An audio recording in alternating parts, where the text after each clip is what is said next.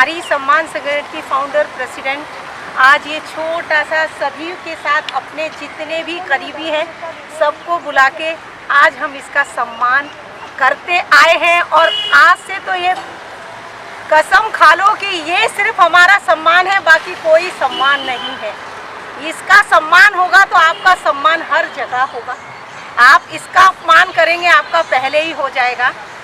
और मोदी जी का नारा है जो आज फॉलो कर रहे हैं ऑल ओवर, मैं तो कहती वर्ल्ड में कर रहे हैं, इंडिया में नहीं कर रहे हैं, वर्ल्ड में कर रहे हैं। जगह जगह आप यूएस कहीं भी देख लीजिए, न्यू जर्सी सब जगह ये चालू है।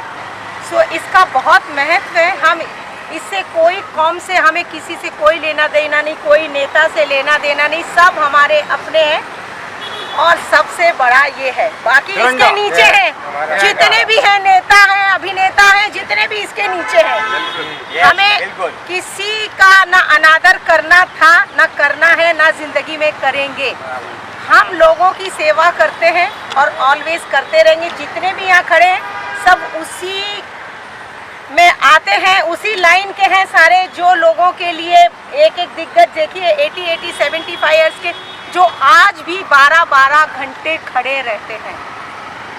सो सभी को धन्यवाद करेंगे कि सबकी वजह से आज सबको इकट्ठा होने का और इसका लोगों को सम्मान दिलाने का, याद कराने का अवसर मोदी जी ने दिया है। तो हम क्यों छोड़े वो अवसर, हमेशा याद रखें, हमेशा याद रखें सभी। हम नहीं, हम अपने लिए नहीं कह रहे हैं, हम तो कर रहे हैं जितने भी ऑल ओवर वर्ल्ड में हैं, हमारे इंडिया में हैं।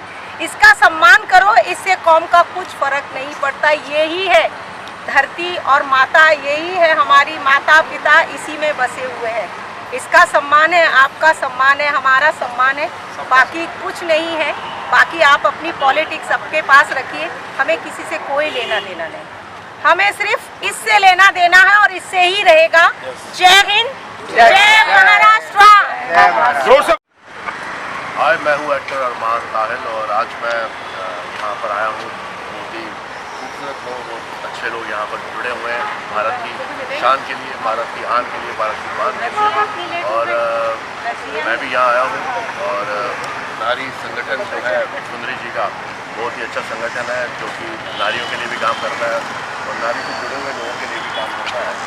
और आज भारत का जो है स्वतंत्रता दिवस है और हम सब जुड़े हैं और हम चाहते हैं कि हमारा देश हमेशा आगे बढ़े, झंडा हमेशा ऊंचा लहराता रहे और बस ये तिरंगा जो है हमारे दिलों में हमेशा बसा रहे।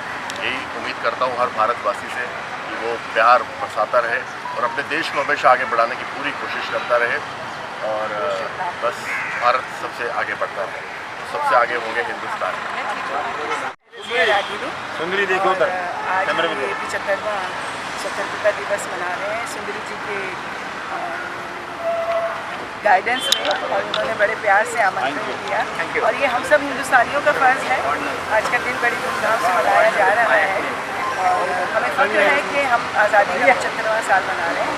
तो सभी को ढेर सारी शुभकामनाएं और हार्दिक बधाई।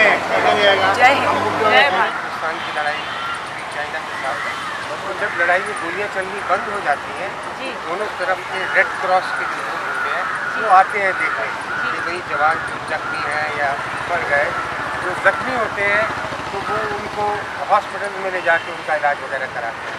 तो मेरी बटालियन के 300 जवान शहीद हुए 62 की लड़ाई में, आप अंदाज़ा लगाइए, और बाकी 200 चाइनीज़ ने कैप्चर कर लिए क्योंकि हिंदुस्तान उस लड़ाई के लिए तैयार नहीं था। तो एक चाइनीज़ नर्स जो थी वो भी देख रही थी जख्मियों को, तो वो एक हिंदुस्तानी सोल्जर के पास आई तो उसको देखा, उसके कंधे पे स्टार लगे हुए हैं, समझ गई कि ये ऑफिसर है।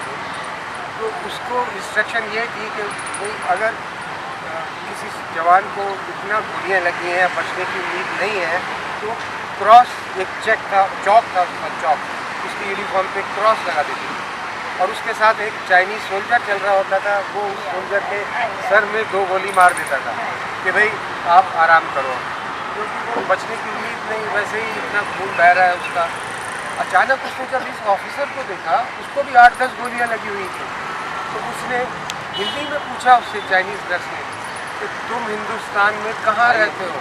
तो वो ऑफिसर बेहोश हो रहा था, लेकिन वो बेहोश होते होते भी उसने बोल दिया इलाहाबाद। तो उसने वैसे तो वो क्रॉस लगा दी कि भाई इसको ख़त्म कर दो, लेकिन उसने टिक लगा दिया इलाहाबाद सुन के। इसका मतलब था इसकी जान बचानी है। फिर उसको वो हॉस्पिटल में ले गए चाइना के, उसकी सर्जरी हुई, कई सर्जरी हुई, बहुत बुरी तरह से जख्मी था।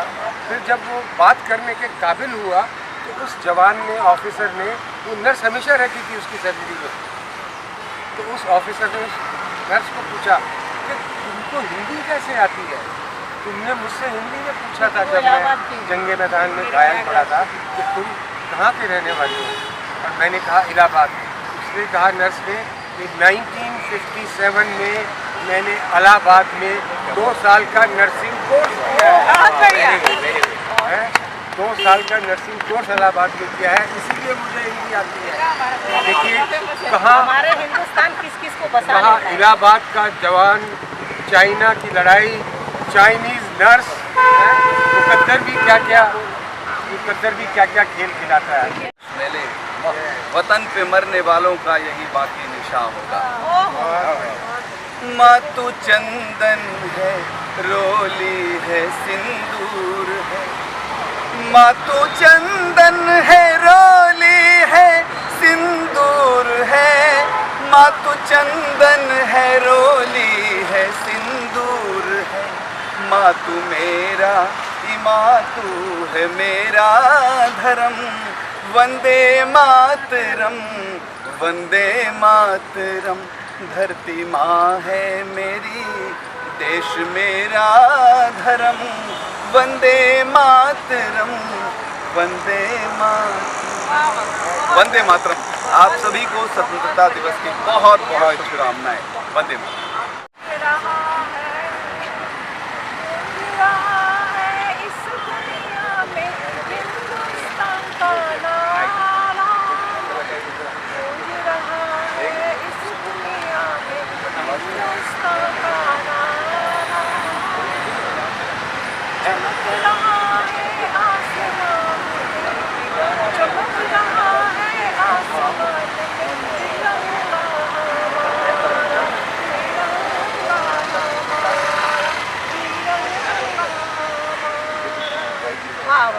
आप सबको 75वीं आज़ादी की 75वीं वर्षगांठ पर हार्दिक शुभकामनाएं।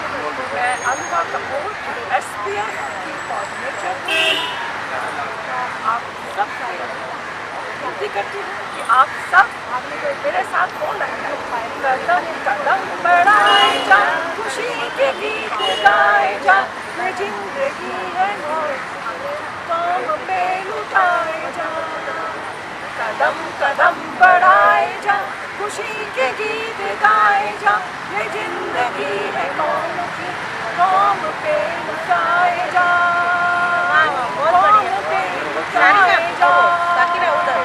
बिना संघर्ष के कोई इंसान नहीं बनता, और जब तक ना पड़े छेनी हथौड़े की चोट, पत्थर भी भगवान नहीं बनता। तो सबको मिल के संघर्ष करना पड़ेगा अपने देश को आगे ले जाने के लिए। बिल्कुल बिल्कुल। अमृत महोत्सव वर्ष है, वो अपन साझा करने के लिए सब लोग इकट्ठा हुए हैं, और अपन ये अमृत महोत्सव वर्ष हम आनंद से, अभिमान से साझा कर रहा है, उसका हमको बहुत बहुत अभिमान है। मैं बॉलीवुड एक्टर रमेश गोयल। मैं बड़ा सौभाग्यशाली हूँ कि आज मैं इतने अच्छे पर्व में मौजूद हूँ जहाँ पर कि आज़ादी के बारे में बात हो रही है।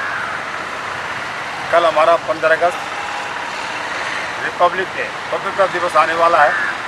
उस खुशी में जो हमारे प्रधानमंत्री ने आह्वान किया है कि हर घर में झंडा होना चाहिए, तिरंगा होना चाहिए, ये निश्चित रूप से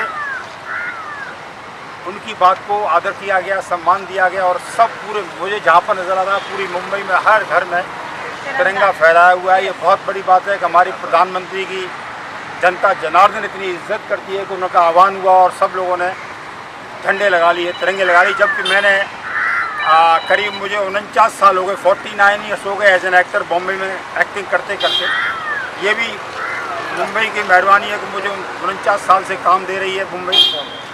इस महाराष्ट्र की ज़मीन को मैं जय हिंद अगेन बोलता हूँ।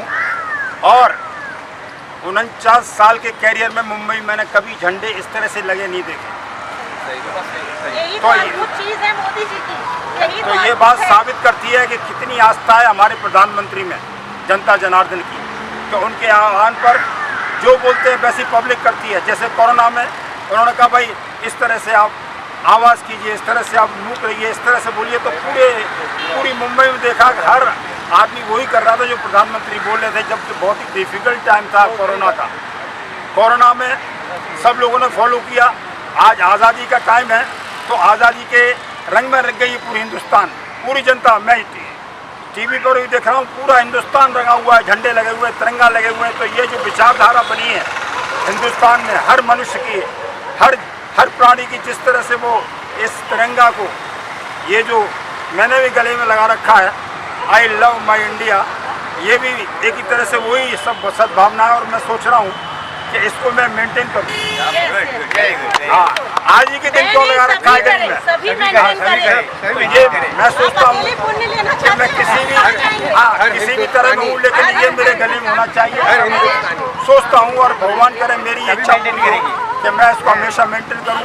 क्योंकि आई लव माई इंडिया हर आदमी सोचता है, आई लव माई इंडिया, तो डेली सोचा जाए ना बजाय एक दिन के, तो वो मैं कोशिश करूँगा। और मैं भगवान से प्रार्थना करता हूँ कि जो हमारे हिंदुस्तान में लोगों की बुद्धि बन रही है आज़ादी के प्रति, इस पर्व के प्रति, इस तिरंगा के प्रति, ये हमेशा बनी रहे। इसी उम्मीद के साथ में मैं एक बार फिर कहूँगा कि मुझ पर आप सब लोगों का आशीर्वाद है, जो मैं इस उम्र के पड़ाव पर भी आज मैं आप लोगों के सामने हूँ। अदरवाइज मेरे कितने साथी चले गए।